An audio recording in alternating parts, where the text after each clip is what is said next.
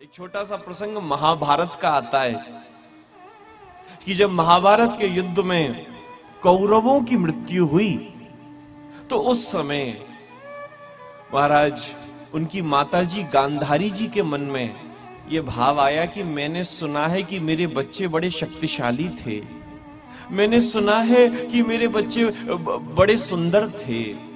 लेकिन गांधारी ने कभी अपने पुत्रों को देखा नहीं था।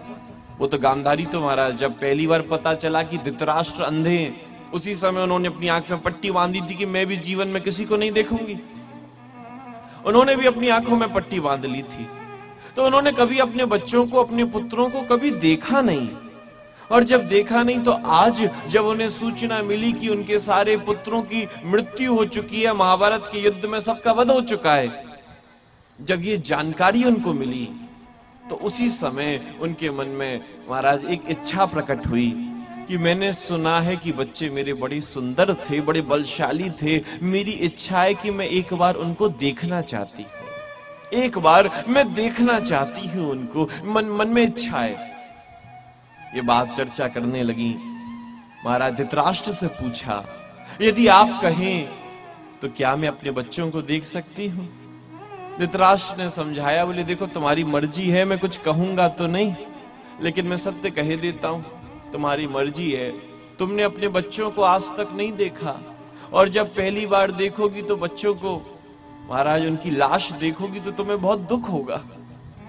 लेकिन मैं तुम्हें रोकूंगा नहीं, तुम्हारे मन में हमेशा रहेगा कि मैं कभी देख ना पाई, तो मैं कभी रोकूंगा नहीं, तुम जा सकती हो, तुम देख सकती हो। गांधारी जी देखने के लिए पहुंची हैं बच्चों को, और जैसे ही देखने के लिए पहुंची हैं उसी समय महाराज इधर से भगवान दौड़े कुरुक्षेत्र की ओर। भगवान ने दौड़ लगाई है।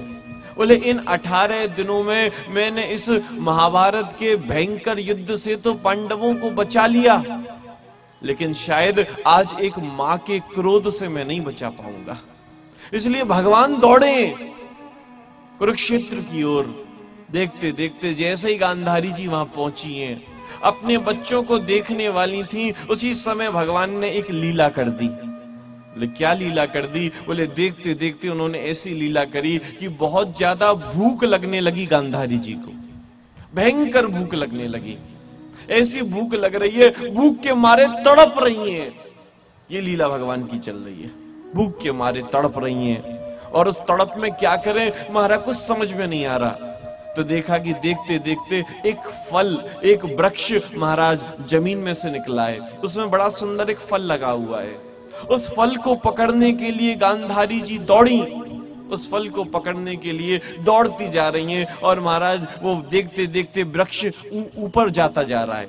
महाराज बहुत कूद रही हैं, उस फल को मैं पकड़ लूं, लेकिन फल को पकड़ नहीं पा रही। बार बार प्रयास करती हैं, पकड़ नहीं पा रही। देखते देखते इतनी भूख बढ़ गई, क्या करूं?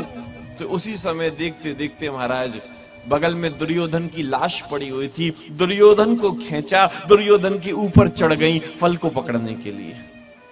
महाराज फल और ऊपर चला गया। बगल में देखा दुशासन की लाश पड़ी हुई थी, दुशासन को खींचा, दुर्योधन के ऊपर रखा, उसके ऊपर चढ़ गई फल को पकड़ने के लिए। और देखते देखते अपने 100 बेटों की लाश को एक के ऊपर एक रख के और फल तोड़ने के लिए उनके ऊपर चढ़ गई। और जैसे ही चढ़ी उसी समय भगवान ने अपनी लीला को अंतर्ध्यान कर दिया। महाराज भूख गायब हो गई, फल गायब हो गया, वो वृक्ष गायब।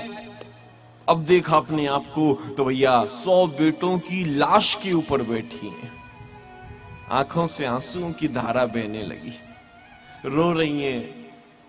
और उस समय बाकी सब चीजें तो भूल गई, भगवान को देखकर सब लीला उनकी समझ गई।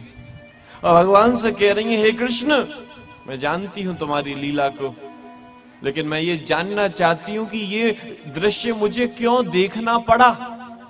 मैं कोई साधारण स्त्री नहीं हूं, मैं कोई साधारण नारी नहीं हूं। वो कोई साधारण स्त्री हो भी नहीं सकती जिसको पता चले कि मेरा पति नहीं रहा, मेरे पति की आंखें नहीं है, और उस दिन उसने संकल्प ले लिया कि मैं पूरी दुनिया को नहीं देखूंगी। वो स्त्री कोई साधारण हो भी नहीं सकती। महाराज मुझ में इतनी शक्ति है कि मैं अपने पूर्व के 100 जन्मों को देख सकती हूं। मैं 100 जन्मों को देखने की शक्ति रखती हूं। और मैं अपने 100 जन्मों को देख रही हूं, मैंने पूर्व के 100 जन्मों में ऐसा कोई पाप नहीं किया कि मुझे आज ये दृश्य देखना पड़े कि 100 बेटों की लाश के ऊपर मैं बैठी हूं। ऐसा मैंने कोई काम नहीं किया पिछले 100 जन्मों में, तो मुझे ये क्यों भोगना पड़ा। भगवान मुस्कुराए और भगवान ने कहा, मैया आप 100 जन्मों को देख सकती हो, मैं 101वें जन्म को देखने की शक्ति आपको प्रदान करता हूं, आप देखो। और जैसे 101वें जन्म को देखा तो उस समय महाराज गांधारी जी एक बहुत बड़ी महारानी थी और किसी ने उनको सलाह दी, यदि आप 100 केंचुओं को, केंचुए कहते हैं ना अर्थवॉर्म्स, उन 100 केंचुओं को यदि आप पिसवाकर अपने बालों में लगाएंगी तो आपके बाल बहुत अच्छे हो जाएंगे। किसी ने राय दी और उन्होंने 100 केंचुओं को पिसवाया और पिसवाकर अपने बालों में लगाया। और जैसे ही महाराज वो बालों में लगाया है उन्होंने, तो बोले वो जो 100 केंचुए थे जिनकी आपके कारण हत्या की गई, बोले वो 100 केंचुए ही आपको दुख देने के लिए, आपको कष्ट देने के लिए 100 पुत्रों के रूप में आए हैं। वही 100 केंचुए आपको दुख देने के लिए 100 पुत्रों के रूप में आए। बोले यही जीवन का सबसे बड़ा सत्य है। जीवन में भैया जैसा हम कर रहे हैं, बोले वैसा ही हमको भोगना पड़ेगा।